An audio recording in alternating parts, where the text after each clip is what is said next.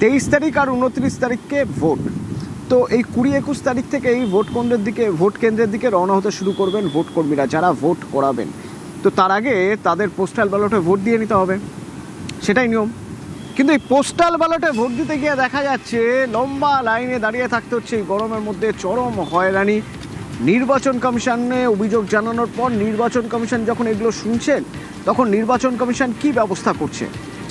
Vote কর্মীদের লাইনে দাঁড়িয়ে হয়রানি, পোস্টাল ব্যালটে ভোট দিতে সমস্যা নিয়ে কি সিদ্ধান্ত নিচ্ছে বা কি ভাবনা চিন্তা করছে নির্বাচন কমিশন, জানবো। সোমরাজ আছে আমার সঙ্গে। সোমরাজ,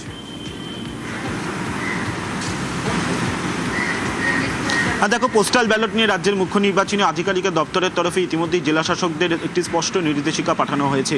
পোস্টাল ব্যালট নিয়ে বিভিন্ন অভিযোগের কথা জানিয়েছেন ভোট কর্মীরা ইতিমধ্যেই রাজ্যের মুখ্য নির্বাচনী আধিকারিকের দপ্তরে, এবং তারপরেই জেলা শাসকদের যে নির্দেশ পাঠানো হয়েছে সেখানে বলা হচ্ছে ভোট গ্রহণের 3 দিন আগে থেকে ভোট গ্রহণের 1 দিন পর্যন্ত যে ফেসিলিটেশন সেন্টারগুলি রয়েছে সেখানে পোস্টাল ব্যালটের ব্যবস্থা করার কথা বলা হয়েছে রাজ্যের মুখ্য নির্বাচনী আধিকারিকের দপ্তরের তরফে।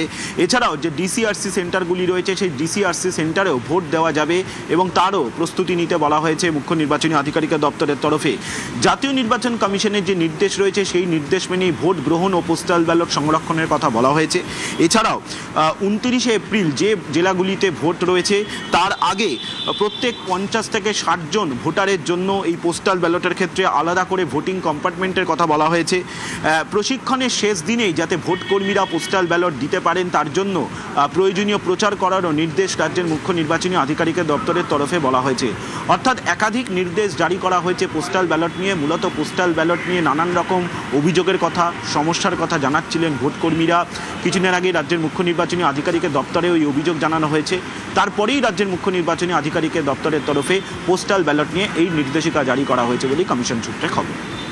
ধন্যবাদ সোমরাজ। কারণ এই হয়রানি যে কোন পর্যায়ে পৌঁছে গেছে, শুধুমাত্র যে ভোট কর্মীরা যারা পোস্টাল ব্যালটে ভোট দেবেন হয়রানি যে তাদের হচ্ছে তা নয়, হয়রানি হচ্ছে তাদের ভোট যেখানে জমা পড়বে সেখানে যারা কাজ করছেন তারাও।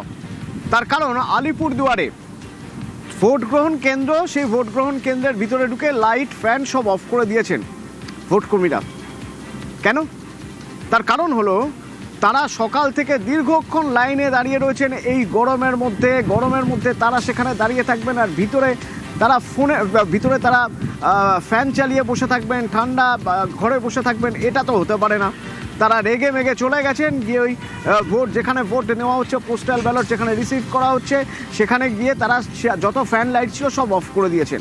কিন্তু এই যে এতক্ষণ এরা লাইনে দাঁড়িয়েছিলেন, কেন দাঁড়িয়ে থাকতে হলো? তার কারণ ভোট তো তখনই শুরু হবে যখন বাহিনী এসে পৌঁছবে, কিন্তু বাহিনী এসে পৌঁছেছে দেরিতে, আর সেই জন্য ভোট করানো যাচ্ছিল না। রীতিমতো ক্ষুব্ধ ভোট কর্মীরা, টানা এতক্ষণ তারা লাইনে দাঁড়িয়ে রয়েছেন এই গরমের মধ্যে। কিন্তু যেহেতু এখানে তখনও বাহিনী দেরিতে এসেছেন, সেই জন্য ভোট দেরিতে শুরু হয়। আলিপুরদুয়ারের 4টি প্রশিক্ষণ কেন্দ্র, সেখানে এই ভোট গ্রহণ। কিন্তু এই দেরিতে আসার হয়রানিতে যারা ভোট নেবেন বলে বসে আছেন তাদেরও হয়রান হতে হলো, কারণ তাদের লাইট ফ্যান দিয়ে অফ করে দিয়েছিলেন এই ভোট কর্মীরা।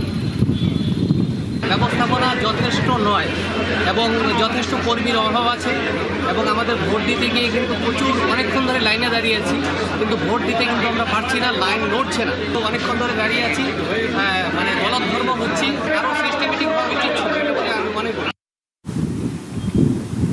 এ তো দেখলেন আলিপুরদুয়ারের ছবি। এবার একবার পূর্ব মেদিনীপুরের ছবি দেখা যাক। সেখানেও একাধিক ভোট কেন্দ্রে এই একই অভিযোগ, হয়রানি, ভোগান্তি।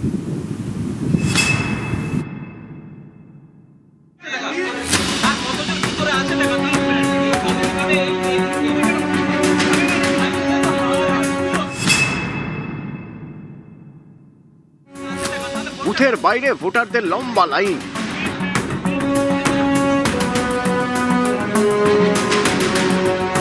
অভিযোগ, ভোট দেওয়ার জন্য এভাবেই অপেক্ষা করতে হয়েছে ঘন্টার পর ঘন্টা। এ নিয়েই ক্ষোভ।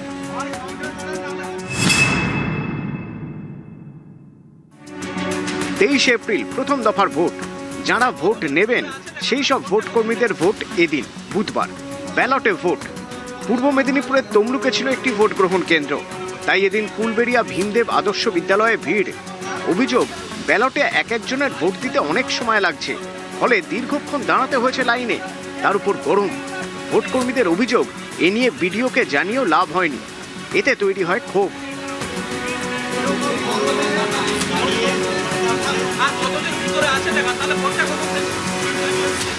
দ্বিতীয় বা তৃতীয় কোনো কাউন্টার করেনি, ভোট কর্মীরা এসেছি, আমরা ভোট দিতে পাচ্ছি না। এক একজনের ভোট পিছু 10 মিনিট করে সময় যাচ্ছে। তাহলে হিসাব করুন 500-600 জনের ভোট পিছু কত সময় লাগে ভোট নিতে। প্রিপ্যান করে করা হয়েছে, এটা আমার ব্যক্তিগত মতামত।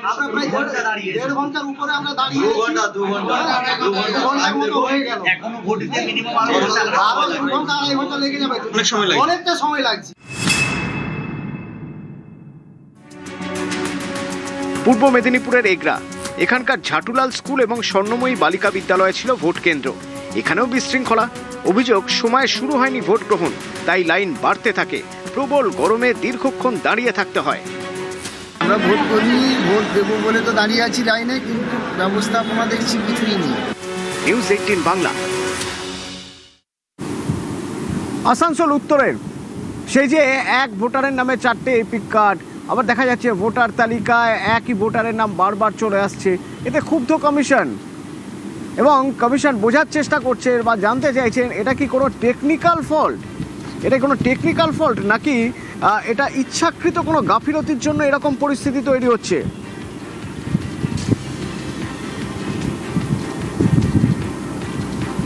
সেক্ষেত্রে পশ্চিম বর্ধমানের জেলা শাসকের রিপোর্ট তলব করেছে মুখ্য নির্বাচনী আধিকারিক। আজকের মধ্যেই পশ্চিম বর্ধমানের জেলা শাসককে রিপোর্ট দিতে হবে, যেখানে তাকে জানাতে হবে যেটা ইচ্ছাকৃত গাফিলতি নাকি টেকনিক্যাল সমস্যা, যার জন্য তালিকায় বারবার এক ভোটারের নাম উঠছে। ভোটার তালিকায় বিভিন্ন এপিক নম্বরে একই নাম থাকছে। এই ভোটার তালিকায় বিভ্রাট আসানসোল উত্তরে কেন, তার রিপোর্ট পশ্চিম বর্ধমানের জেলা শাসককে আজই দিতে হবে মুখ্য নির্বাচনী আধিকারিককে।